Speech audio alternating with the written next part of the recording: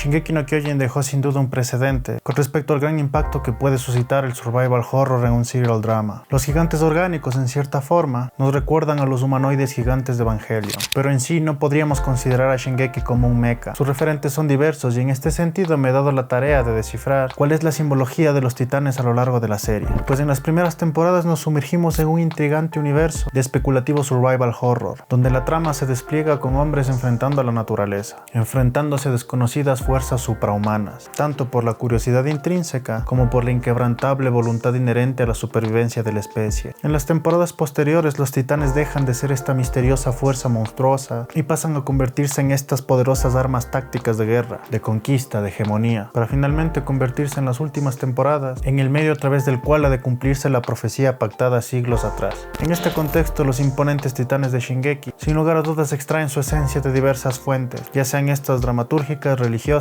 o mitológicas, las cuales van moldeando la concepción de lo monstruoso a lo largo de la serie, desde el emblemático coloso de Goya hasta la icónica figura de Godzilla, pasando por la leyenda del Golem y los colosos de Brodingang en los viajes de Gulliver, así como los gigantes primigenios de la mitología nórdica y los épicos monstruos bíblicos de Evangelion. Cada uno de estos referentes van enriqueciendo con matices el complejo entramado simbólico y narrativo en el universo de Isayama. El coloso de Goya, en su representación magistral a cargo de Asensio Julia, emerge como una poderosa metáfora visual de las invasiones napoleónicas, pues tanto Eren como Goya padecieron el terror que significa ser invadido por una superpotencia extranjera. Es así que Goya, en su confinamiento, terminó ofreciéndonos una impactante representación metafórica de las potencias bélicas y hegemónicas intentando invadir nuestras tierras. Así también este otro cuadro de Goya, en el que Saturno devora a su hijo, sin duda fue una influencia no solo para la representación física de los titanes, sino también para representar esta otra lógica de los titanes, en el cual el poder de los mismos solamente puede ser transferido si otro humano convertido en titán devora el cuerpo humano de un usuario previo.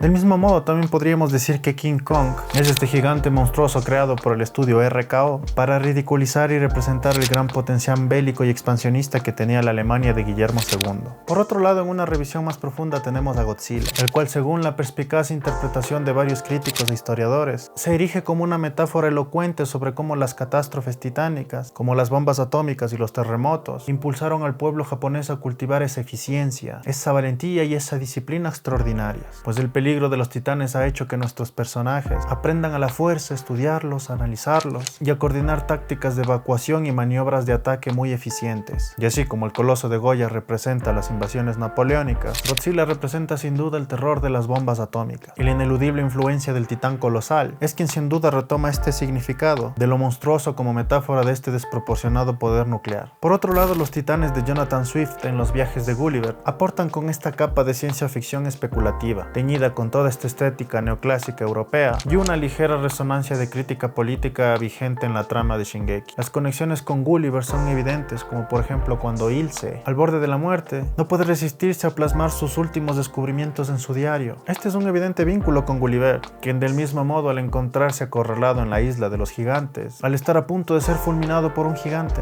al igual que Ilse es incapaz de dejar de escribir la crónica en su diario, y entre el terror Gulliver establece: solamente me lamento de mi viuda desolada y de mis hijos huérfanos de padre. A esta ecuación sin duda hay que añadirle la mitología nórdica, pues sus gigantes primigenios aportan con elementos trascendentales como por ejemplo el nombre Ymir, la idea de unas murallas que protegen la humanidad de los monstruos, así como también pensar los cadáveres de los gigantes como estructuras arquitectónicas donde se desarrolle la vida humana. Todo ello sin duda traza la lógica de la mitología de la serie. Pero sin duda para mí el elemento mejor dramatizado de Isayama es la serpiente Jormungand, la cual en la serie es representada como la Lucigenia, pues tanto en el lore nórdico como en el de Shingeki, ambos entes son los encargados de crear los infinitos círculos de caos y de guerra. Y de este modo Isayama integra hábilmente estos aspectos mitológicos, los cuales los exploraremos más adelante. Además de esto, la psicología de los titanes tiene la evidente huella de Dr. Jekyll y Mr. Hyde, pues lo monstruoso se manifiesta de forma ineludible e inconsciente en muchos personajes de la serie. Recordemos por un momento que el Dr. Jekyll está condenado a transformarse en un monstruo sin siquiera saberlo, y desde la ignorancia tiene que enfrentar el propósito de esta criatura en su vida. Así como todos los portadores en el universo de Shingeki, científicos como Tommy, Grisha o soldados como Eren o Reiner, ven las integridades de su inconsciente comprometidas por los propios pensamientos de los titanes y de los antiguos portadores. Finalmente es fundamental el pensar en los titanes como criaturas herederas del espíritu del rabino Law y de su golem, pues los 9 titanes se revelan como estas creaciones de Ymir, quienes quienes desde la perspectiva de la coordenada parecen haber sido creadas con barro y arena, y cuyo único propósito de existencia es el de proteger al pueblo eldiano. De manera paralela, recordemos que el golem también es creado con arena y barro, y también fue creado para específicamente proteger al pueblo judío, aunque irónicamente, ambas criaturas terminan desencadenando estragos entre su propia gente. En resumen, la evolución del significado de los titanes va cambiando a lo largo de las temporadas. En sus inicios, los titanes representan esta fuerza inamovible, ante la cual la humanidad se ve compelida a superar sus temores y sus limitaciones físicas. En las temporadas posteriores representan estas poderosas armas de estrategia militar, para finalmente emerger como figuras prometeicas, con las cuales ha de escribirse la inagotable historia de la humanidad.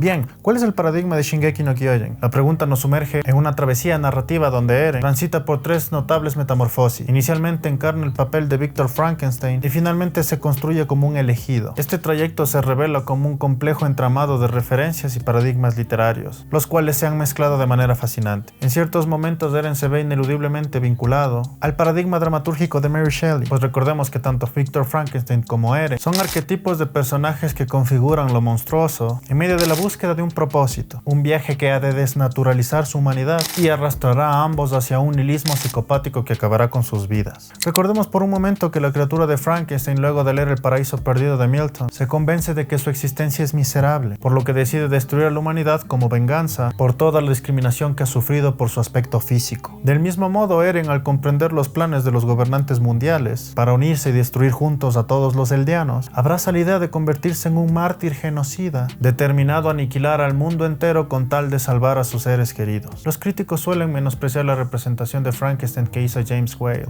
pues mucha gente le molesta que él haya retratado a la criatura de Frankenstein como una criatura torpe y lenta, cuando en la verdadera obra de Shelley, ella nos muestra a la criatura como un ser muy elocuente y bastante coordinado. No obstante, tenemos que agradecerle a Whale la representación simbólica de una conciencia virgen adquiriendo humanidad, pues él ha creado esta mítica imagen de un monstruo adquiriendo humanidad el momento en el que se siente conmovido por la delicadeza de una flor. En este aspecto, en el imaginario universal, las flores aparecen cada vez que un monstruo adquiere conciencia. Aparece cuando la gente K de Blade Runner entiende su verdadera naturaleza. Aparece cuando los niños ferales de Canino empiezan a cuestionarse qué es el mundo. Aparece cuando Wally ha decidido cuidar a esta pequeña planta.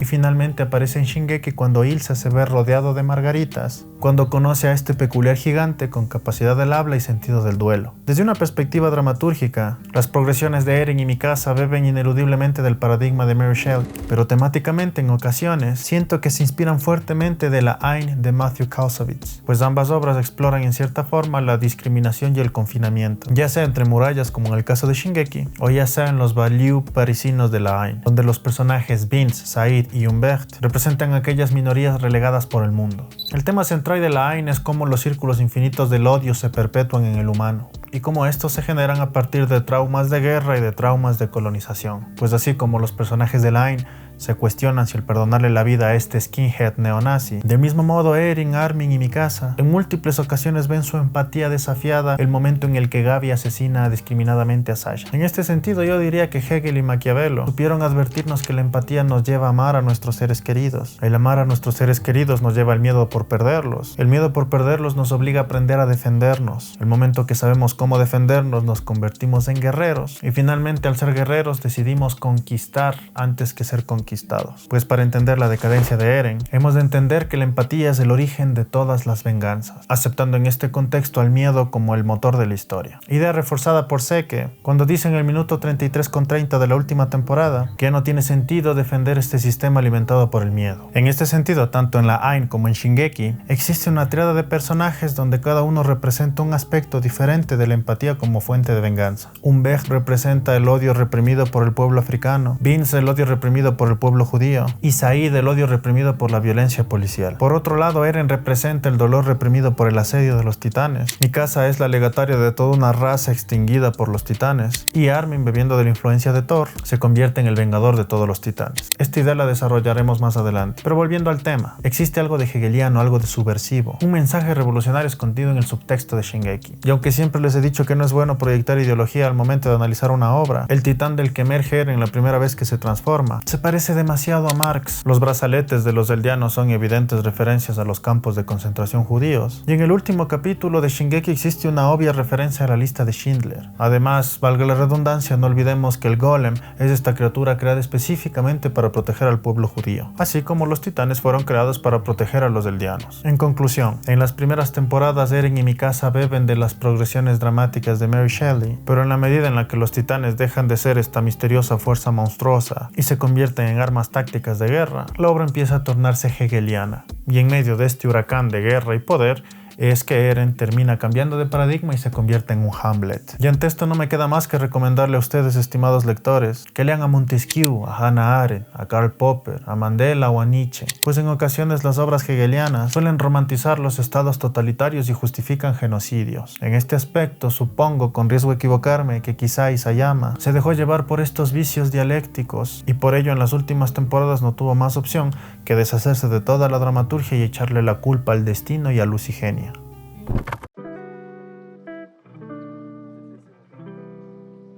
Bien, ¿por qué considero que Eren es un Hamlet? Recordemos que en las primeras temporadas, Eren y Mikasa compartían arcos dramáticos con Victor Frankenstein y con Elizabeth Lavenza. No obstante, conforme la historia avanza, el momento en el que Eren llega al mar, Isayama refresca su arco dramático y decide añadir un nuevo paradigma a la serie. Así es como Eren deja de ser un Victor Frankenstein y se convierte en un Hamlet, mientras que Mikasa asume el rol de Ofelia. Este cambio de paradigma me parece muy acertado, pues para este punto de la trama, obviamente el autor necesita explorar la decadencia moral que te genera el exceso de poder. Y con esta óptica es fundamental comparar a Eren con otro de los grandes prometeos shakespearianos de la historia del anime. Estoy hablando del Shinji Ikari de Evangelion, pues cada uno de ellos en sus respectivos universos emergen como los nuevos prometeos, como figuras predestinadas a salvar el mundo, pues ambos del mismo modo tienen que liberarse de las voluntades impuestas por sus padres. Pues recordemos que Grisha condena a Eren a ser el vengador del pueblo eldiano, al obligarlo a portar el titán de ataque, así como Gendo condena a Shinji a ser el vengador de la humanidad, al obligarlo a ser el piloto del EVA 1.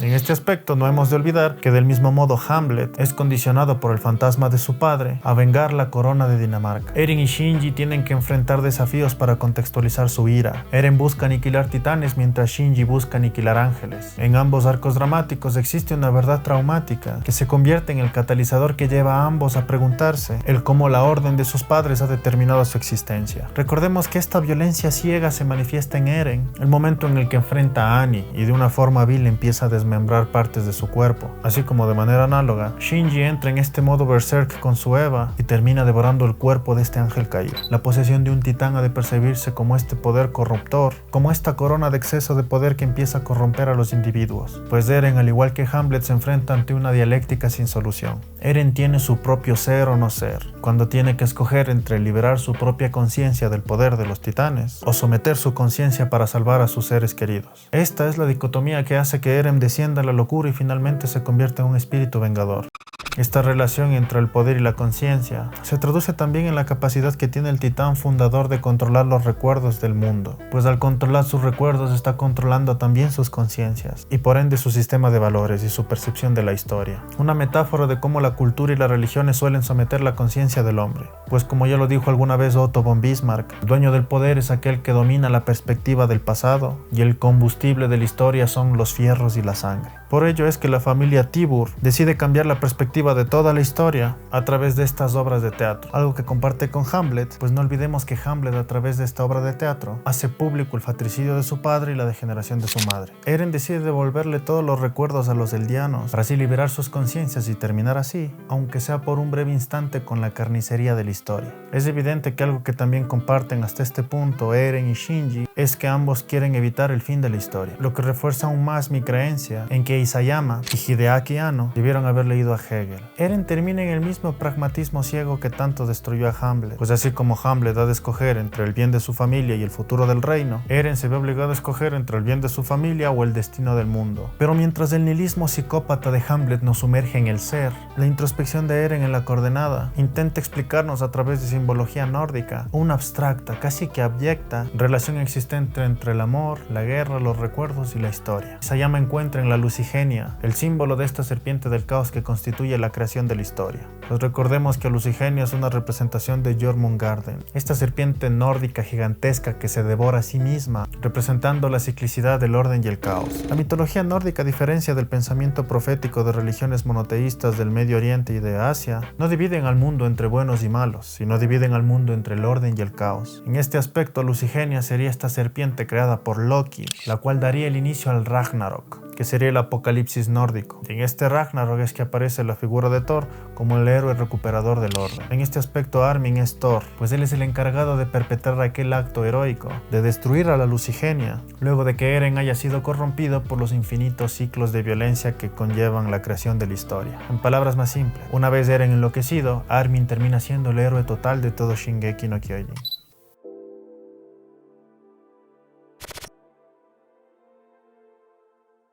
Bien, ahora ¿por qué considero que Armin es el héroe total de toda la mitología de Shingeki? Es imperativo reconocer que a pesar de que Eren es el protagonista central de toda la serie, no podemos pasar por alto el hecho de que desciende a la locura. Pues como un buen Hamlet ya no es un héroe, sino que es un antihéroe. Del mismo modo, a pesar de que Mikasa perpetra varias hazañas heroicas, se ve afectada por la corrupción de Eren, asimismo por su falta de autonomía emocional debido a que está enamorada del mismo Eren. En este aspecto, Armin se erige como este personaje que ejemplifica con mayor claridad y coherencia aspectos heroicos, y esto se debe a que, a diferencia de Levi y de Erwin, Armin debe superar su propia cobardía y limitaciones físicas, además que debe evitar ser corrompido por la profunda amistad que tiene con Eren, así como por el poder corruptor del titán colosal y los pensamientos de Bertholdt. En este sentido, la narrativa de Shingeki opera en dos niveles esenciales. En primer lugar está todo el misterio que rodea el poder de Eren. Por otro lado, Armin, al destacarse como el personaje más perspicaz y deductivo de toda la serie, asume el papel del principal estratega estructural, pues es a través de su ingenio que él logra darle un significado a la descomunal fuerza de Eren. Pues nunca olvidemos que Armin fue el primero en el proponer utilizar la fuerza de Eren para proteger al batallón en la primera temporada. Así también Armin fue el primero que descubrió las debilidades emocionales de Bertholdt, pues ha comprendido que este, al estar enamorado de Annie, haría lo que fuera para rescatarla. En este aspecto, Armin tiene todas las características de un personaje de Edgar Allan Poe, de un héroe de novela policial, de un estratega de campo militar, quien sin duda es necesario en toda la narrativa de la serie, pues así como deduce los misterios de los infiltrados, también sabe organizar asedios y asaltos. Incluso la debilidad física de Armin es acertada, pues es precisamente por sus limitaciones físicas que sus actos son realmente heroicos. Existe una gran diferencia en lanzarse a los titanes con el poder y la ira ciega de Eren, a que lanzarse desde el miedo y las limitaciones físicas como lo hace Armin. En una de las mejores secuencias de la serie para mí, hablo de la primera exploración de nuestros personajes a las afueras de las murallas, cuando todas las tropas de reconocimiento arman este complejo sistema de comunicación a través de bengalas, para de este modo escoltar a Eren hasta que éste llegue a su pueblo de origen.